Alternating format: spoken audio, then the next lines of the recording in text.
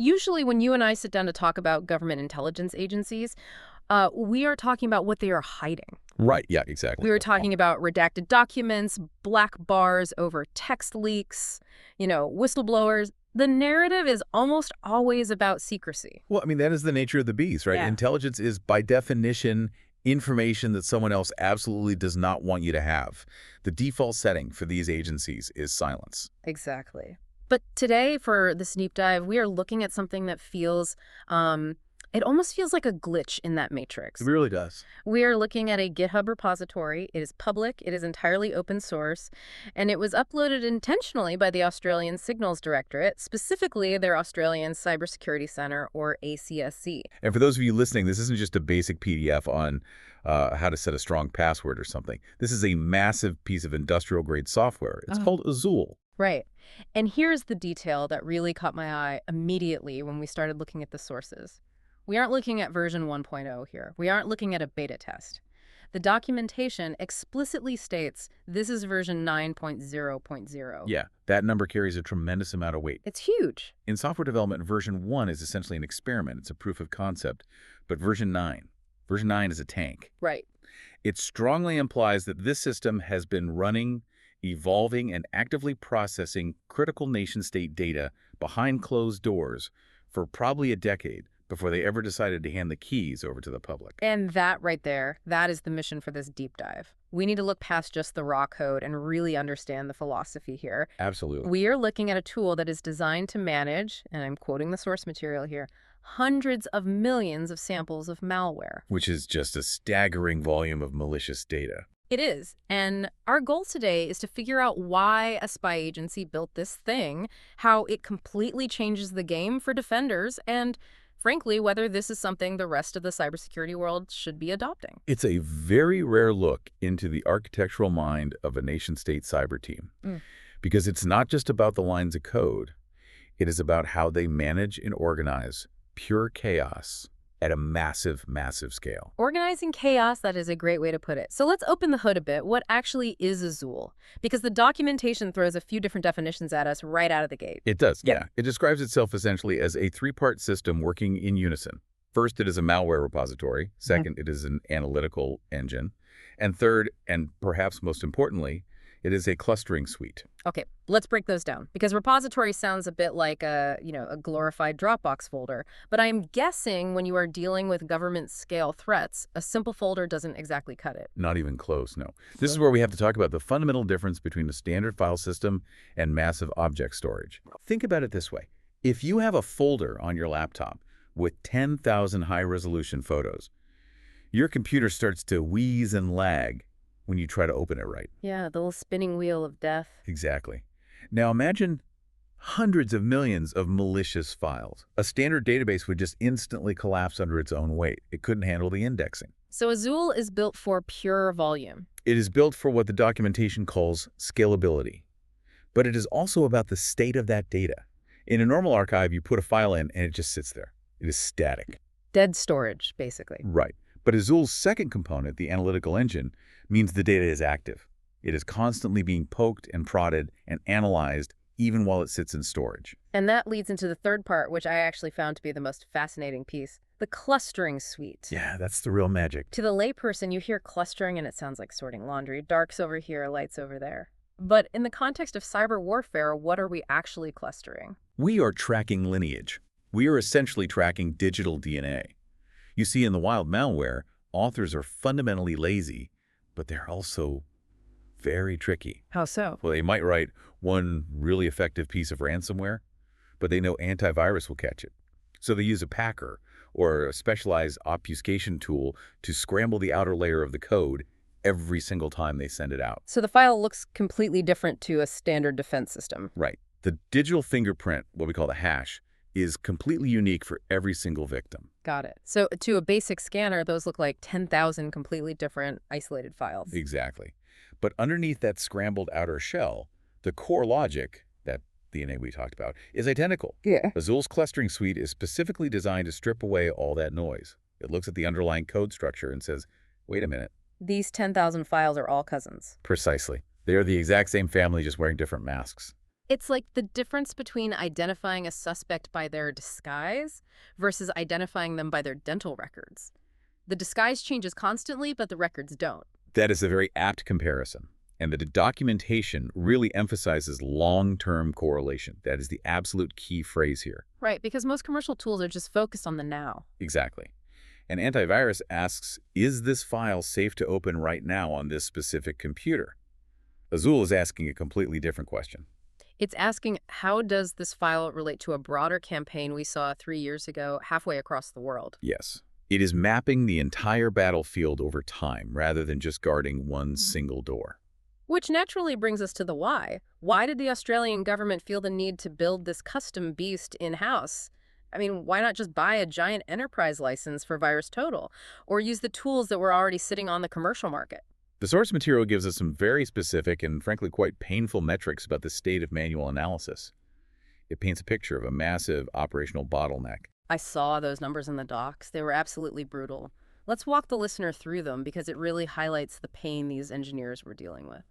So according to the documentation, doing manual reverse engineering, which means tearing the malware apart by hand to see how it works, takes hours just to get basic IOCs. And IOCs being indicators of compromise. Right. So just to find out which basic IP address the malware is trying to dial home to, you have lost half a working day. Correct. And then it takes days to determine capabilities, meaning answering the fundamental question of what does this thing actually do? Does it steal passwords? Does it encrypt the hard drive? Does it silently turn on the microphone? Days of work just to figure out the weapon's payload. Yes. And the big one, the really crippling metric, is the last one.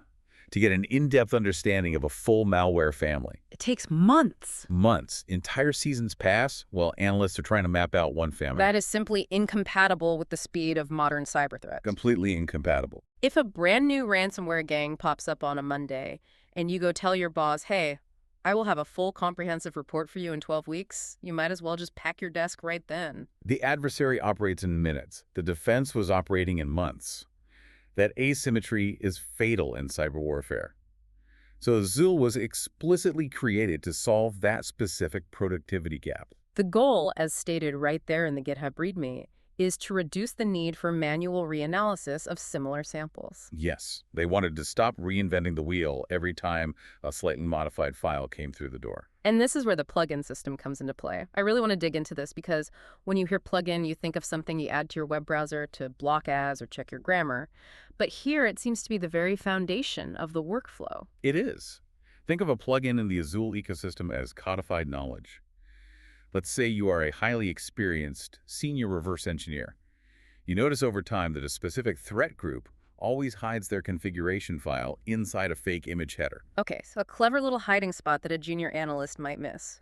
Exactly. So you write a custom script to extract that hidden data.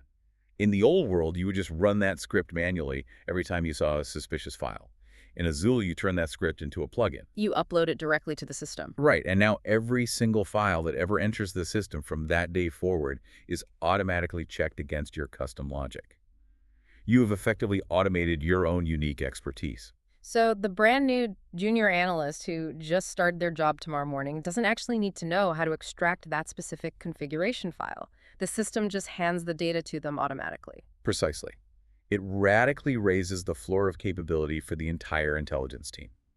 It means that humans can stop doing the robotic, repetitive work like extracting strings or unpacking zip files, and they can start doing the actual high-level thinking.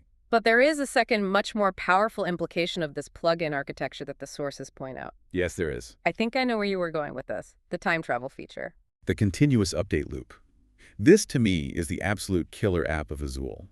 The documentation says it, quote, continuously updates file results as updates to detection logic are authored. Which honestly is a very dry, very technical way of describing something that is actually kind of mind-bending. It really is. Let's unpack it for the listener. Walk us through a scenario. Okay. Let's say today, Tuesday, you discover a brand new way that a state-sponsored hacker group, let's just call them Red Panda for this example, is digitally signing their malicious code. So you write a new plugin to detect it. Right. A brand new rule goes into the system on Tuesday. In a traditional security system, like a corporate firewall or an endpoint protection tool, that rule goes live, and it protects you from everything that happens tomorrow. It protects the future. But Azul protects the past. Azul illuminates the past. When you publish that new Red Panda plugin, Azul doesn't just sit there and look at the new incoming files. It turns around and it queries the entire historical archive of those hundreds of millions of samples. It runs the new rule against everything it has ever collected. Yeah. So it might come back an hour later and say, hey, remember that weird file from 2021 that we thought was harmless adware? Turns out it actually has the Red Panda signature hidden inside it. Precisely. And suddenly you had this massive realization. You weren't compromised on Tuesday. You were actually compromised 3 years ago. That is terrifying, but incredibly valuable from an intelligence perspective. It changes the entire concept of an archive.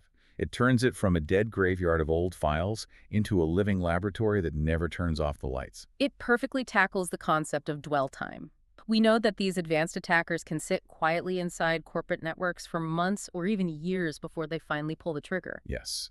Azul allows you to use today's cutting-edge intelligence to find yesterday's silent intruders. The documentation specifically notes that this continuous looping is crucial for identifying variants that standard Yara rules completely miss. For those listening, Yara rules being the basic industry standard for pattern matching in malware. Right. Yara is great, but it is very static.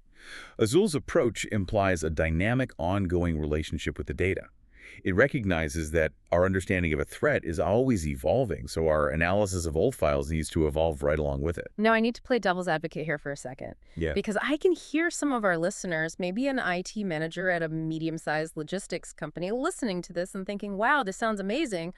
I am going to download Azul, put it on my company server, and I am going to be totally safe. Please do not do that. I cannot stress that enough. We really need to be crystal clear about what Azul is not. Yeah. Because the documentation actually has a very specific warning about this exact misconception. It absolutely does. It says in no uncertain terms, Azul does not perform binary triage. Binary triage. Let's translate that out of engineer speak. It basically means Azul does not decide if a file is good or bad.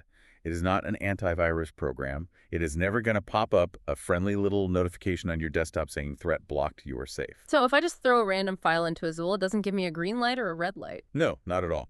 In fact, the intended workflow described in the source is the exact opposite. It assumes the file is already highly suspicious before it ever touches Azul. Right. The inputs they list in the architecture diagram are things like assembly line honeypots or active incident response activities. Yes. An assembly line, for context, is that great open source triage tool from the Canadian Centre for Cybersecurity. Right, the Canadians. Think of assembly line, or your antivirus, as the triage nurse in the emergency room. It checks the vitals, sees the massive fever, and says this patient is violently sick. Get them a bed. Okay, so the ER nurse identifies the immediate crisis. Where does Azul fit in? Azul is the highly classified research hospital next door, where they take that sick patient for a 5-year longitudinal study to map the exact genetic sequence of the virus. That is a really helpful distinction. Azul is the deep storage vault for the bad stuff you've already identified. It is not the metal detector at the front door of your building. Exactly. If you are a standard business just trying to stop a generic ransomware attack, you need an EDR, an endpoint detection and response tool. Yeah. You need a solid firewall. You absolutely do not need a petabyte-scale malware repository. Unless you have a dedicated team of elite reverse engineers who actually know what to do with raw analytical data. Precisely. Yeah. Which brings us to the question of who this is actually for. Right, because the GitHub repository playfully says this is for reverse engineers, incident responders, and everyone in between. But looking at the sheer complexity of it, the massive Docker container swarms the heavy infrastructure requirements.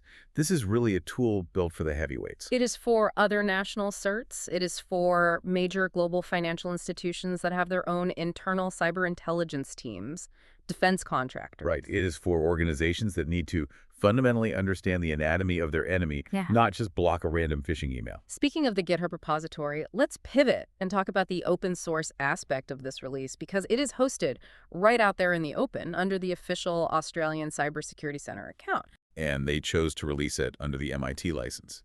Which is essentially the do whatever you want with this, just don't sue us license. It is incredibly permissive. It is, but there was a really interesting little technical detail buried in the license section that caught my eye. A very specific warning about software dependencies. I saw that too. It is a classic software supply chain reality check. Exactly. The license clearly states that the core Azul code is free and open under MIT. But Azul requires Docker images to actually run, and those containers ship with entirely separate operating systems and third-party libraries. And those might have completely different restrictive licenses attached to them. Right. It's like saying the frame of the car is totally free, but the engine inside it might legally belong to someone else. Or the tires require a paid monthly subscription to use. It is a very practical tip for the highly technical listeners out there. Just because the main repository slaps an MIT badge on the front doesn't mean your entire software stack is legally free and clear. You always have to audit your dependencies. Always, especially in enterprise environments. I also really loved the human element hidden in the repository. If you scroll down to the bottom and look at the commit history, the contributors list isn't just some faceless admin account. It lists actual usernames like James Ask and Dan Axe. It completely breaks the monolith, doesn't it? It really does. We tend to think of the ASD or the NSA or GCHQ as these intimidating, omnipotent, concrete buildings.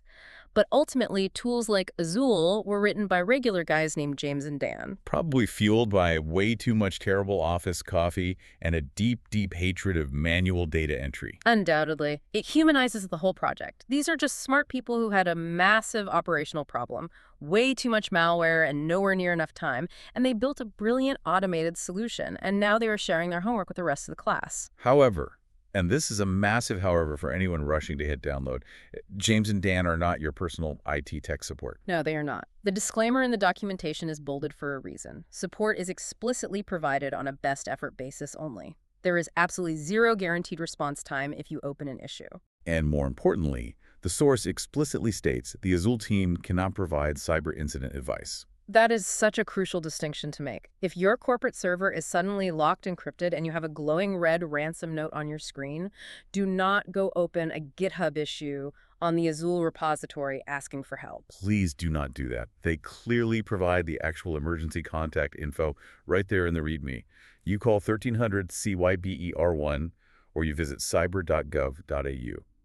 Azul is a long-term research tool. It is not an active crisis hotline. Exactly. So we have this highly sophisticated, time-traveling, scale-out data architecture. It is wildly impressive technically, but I want to zoom out to the strategic level for a minute. Why release it at all? Why give away the architectural blueprint to the public? This is honestly the most important takeaway from the entire release.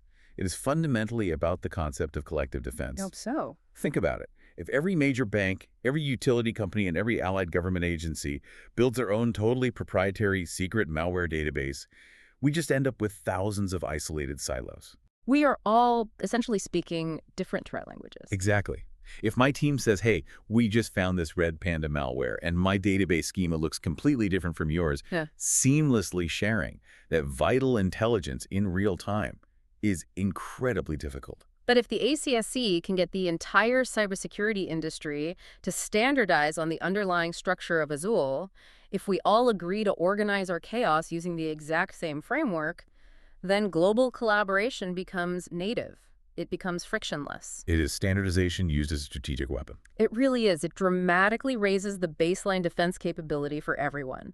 A mid-sized security firm in Toronto or London can now spin up a data repository that possesses the architectural maturity of a G7 intelligence agency. That is the definition of democratizing advanced capability. It shifts the entire global mindset from security by obscurity to security by community. And security by velocity. Going all the way back to those painful metrics we discussed earlier, cutting months of manual analysis down to days or even hours. Right. That is literally the only way we could possibly keep up with the staggering volume of modern automated threats. If we, as defenders, do not automate our intelligence sharing, we lose the war. It is that simple. So as we wrap up this deep dive into Azul, I am left with this really vivid image of a living, breathing, continuously evolving library of global digital threats. It is absolutely fascinating and honestly a little terrifying at the exact same time. It is a bit daunting, yeah. Yeah. But it is infinitely better that we have this standardized library Yeah. than continuing to fly blind in our own individual silos. Absolutely. Now, before we go, I want to leave you, the listener, with a final provocative thought to chew on. We spent a lot of time talking about that time travel feature, the ability to run brand new detection rules backwards over years of historical data. Right, the continuous update capability. Exactly. Now, we know for a fact that major intelligence agencies around the world have been running internal systems very similar to Azul for years, if not decades.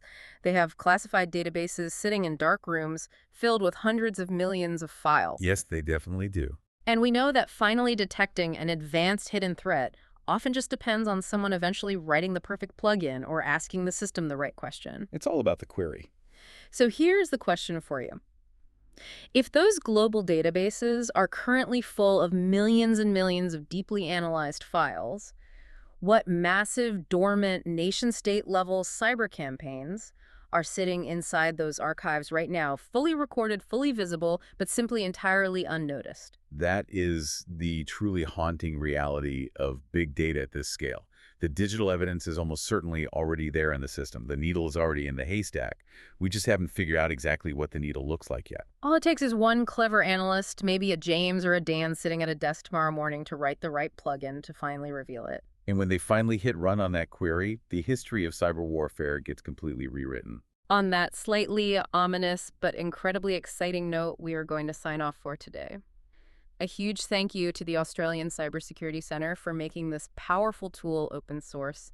Seeing this level of transparency is a beautiful thing for the industry. It is a massive, massive contribution to the global community. I highly recommend checking out the GitHub repo if you have the technical chops to spin it up. Thanks for joining us for this deep dive. Stay curious, stay secure, and maybe go run a quick audit on your own digital archives. You never know what dormant threats you might find hiding in there. Catch you next time.